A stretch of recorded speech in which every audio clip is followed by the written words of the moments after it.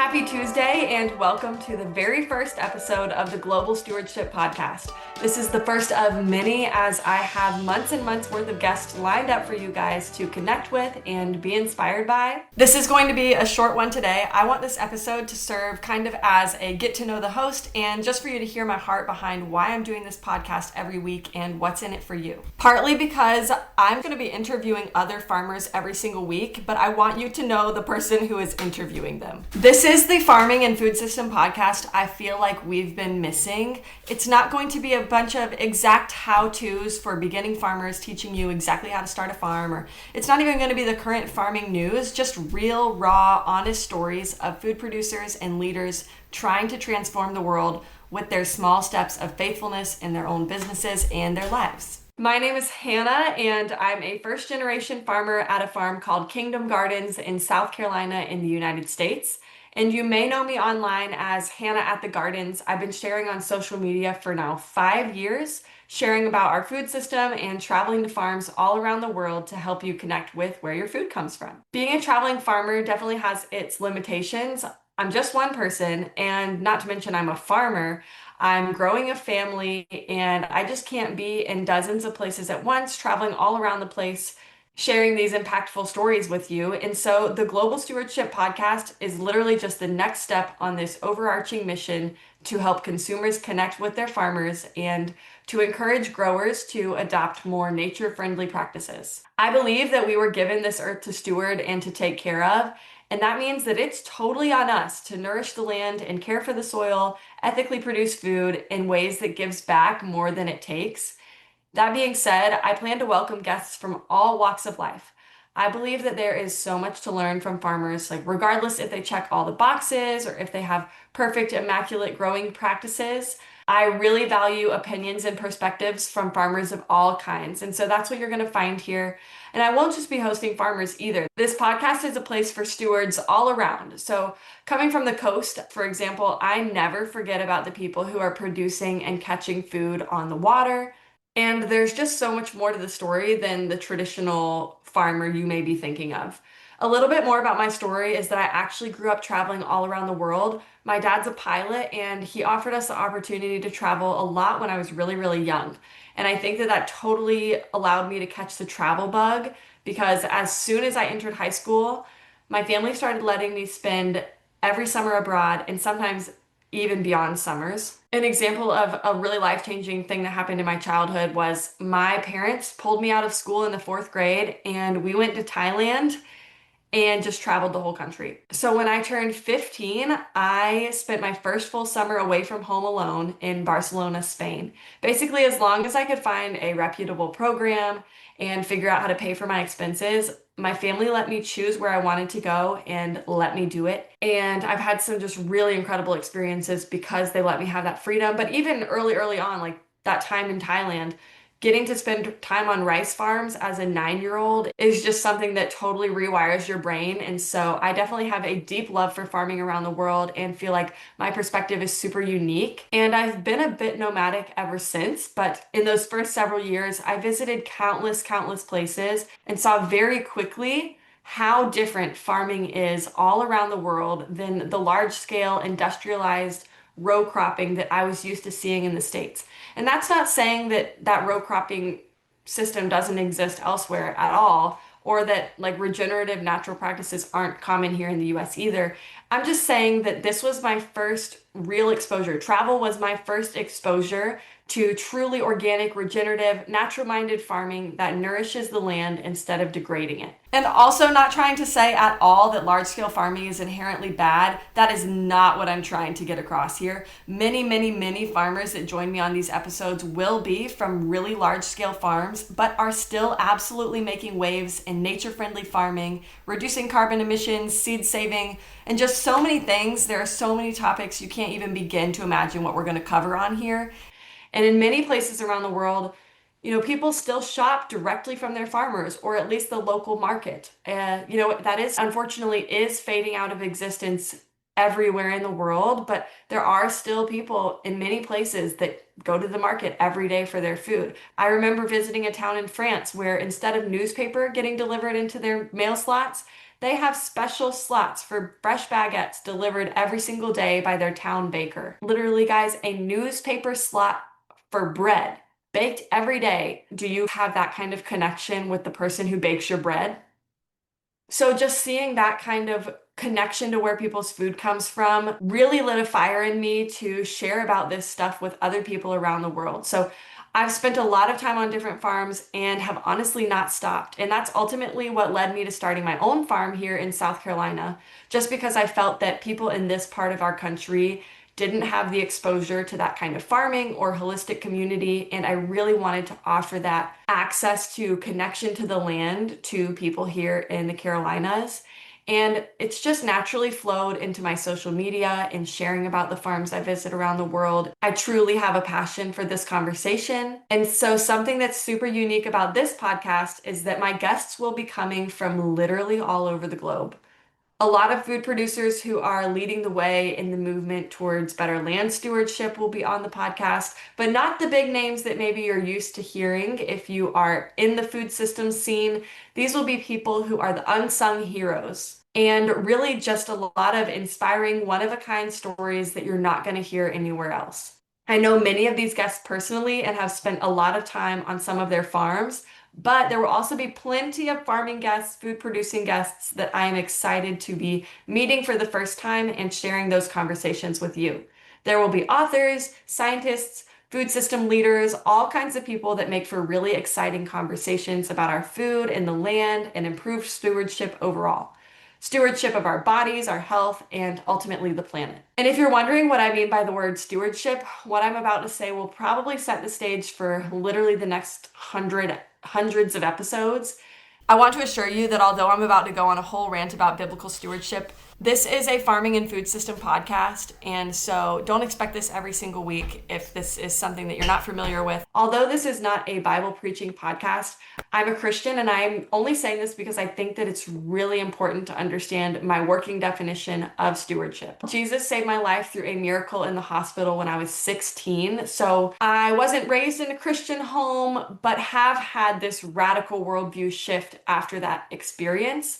I often refer to the earth, the planet, Mother Nature, the great outdoors as creation, like creation with a capital C. And why not? I know that people are going to ask what happened, so I'll just briefly share the story. The reason I was in the hospital, I had something called esophagitis, where my throat, my esophagus was literally eroding. I hadn't been able to eat or drink in days, days, days, days. I'd been in the hospital for several days. Well, long story short, the IV was not cutting it. I wasn't getting enough nutrients. And so the next morning I was going to have to go through another procedure that would go through my heart to help nourish my body because I wasn't able to eat or drink and nourish myself. And I'd really been asking a lot of questions about Jesus. It was really fascinating to me that you didn't have to do all these things. There was nothing required of you other than a relationship with God. And I had done a ton of research on different religions throughout the years and kind of dabbled in some others. So I'd been actually watching a lot of apologetics videos on YouTube, which apologetics is just the debating like proof. And I normally would be a really emotional thinker, just let my emotions decide for me. But I was really wanting the facts, the evidence, which is kind of unlike me, but I really was in this circumstance. And so long story short, while I was in the hospital, a youth pastor from my town showed up in the hospital that night before I had to undergo the next phase of care the following morning. And he confidently, almost like nonchalant, just with full belief, prayed over me for a miraculous healing. And that is exactly what happened. I actually remember thinking to myself, if you're real, you better show yourself right now. Like, this is the freaking moment. And sure enough, within a couple hours, I was eating food again. I almost had just this internal feeling of getting stitched back up. It was something that I can never put into words. My body was all of a sudden kicked into high gear, healing itself without any rhyme or reason. And all of the nurses were absolutely mind blown. The doctor, of course, said it was a miracle. And well, that's what it was. It was a miracle. That tangent and caveat to say, it just naturally flows out of my mouth to say things like stewardship and creation and conviction. And there are just certain words and phrases that I realize some people aren't used to saying or thinking that I just tend to throw into conversations because of my worldview. I also want you to feel like we are sitting here together and like you're part of the conversation. So I do want you to feel like you personally know me and where I'm coming from. But the main reason I mention this is because this is called the Global Stewardship Podcast. And understanding the word stewardship is key here. The beginning of the Bible, actually not the Bible, the Old Testament, which is a religious text that's part of the canon of many, many faiths, Islam, Judaism, Christianity.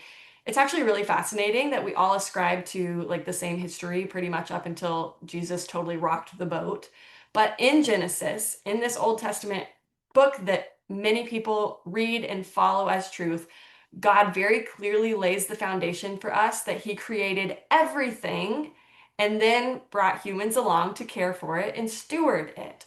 And I find that a lot of people use the word dominion to say, oh, we're here to take charge of it or rule over it. And that totally misses the point of God's original intended design, where we were supposed to come alongside him in a loving, careful, tender heart way and have a deep relationship with the environment that he had. So for me, this entire podcast isn't coming out of a place of fear over climate change or like worry that our topsoils are just going to all blow away and turn into desert. But side note, did you guys know that Egypt used to be green?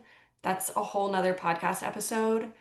But no, I'm not concerned right now that the whole earth is going to turn into desert. But the Global Stewardship Podcast doesn't come from a place of fear or hatred, but of love and hopefulness out of the conviction that I truly believe we have a divine higher calling and that the majority of land keepers around the world are not following that calling to a T. Although I do believe that most farmers, most land stewards are striving to do better and better and better. My goal is to uplift the voices of the people who are taking it really seriously and who are setting the example for the rest of us and who are truly making a difference in the world through the way they produce food. I would love for the world to start feeling smaller and smaller for you as you listen to these podcast episodes. Like right now, if you're picturing the globe, it might seem like this far off blue and green thing. I want by the end of this year, listening to a podcast every week, for you to feel like you are part of this beautiful interweb of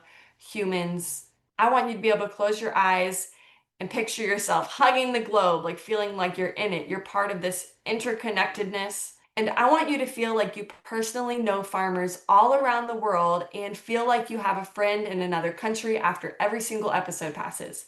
Especially if you're a farmer or you're interested in caring for a little slice of land, it can feel really isolating.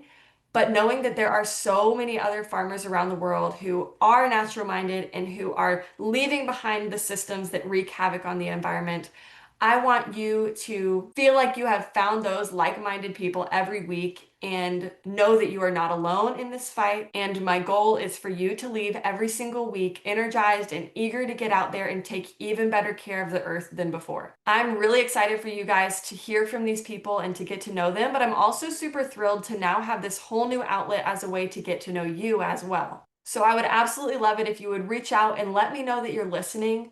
Feel free to always give me feedback. Let me know what you liked. Let me know what you didn't like. Send me recommendations for folks that you think would be really great guests on the podcast, and including yourself if you're a rock star food producer. And remember that although I have been visiting farmers all around the world, sharing about it for years, I've never been a podcast host before. And so I know God is calling me to do this. I know this is the next right step, and I'm so ecstatic about it, but it is really new. I'm super stoked to see where it goes, but please give me the grace and keep listening because I know it's going to get better and better and better over time.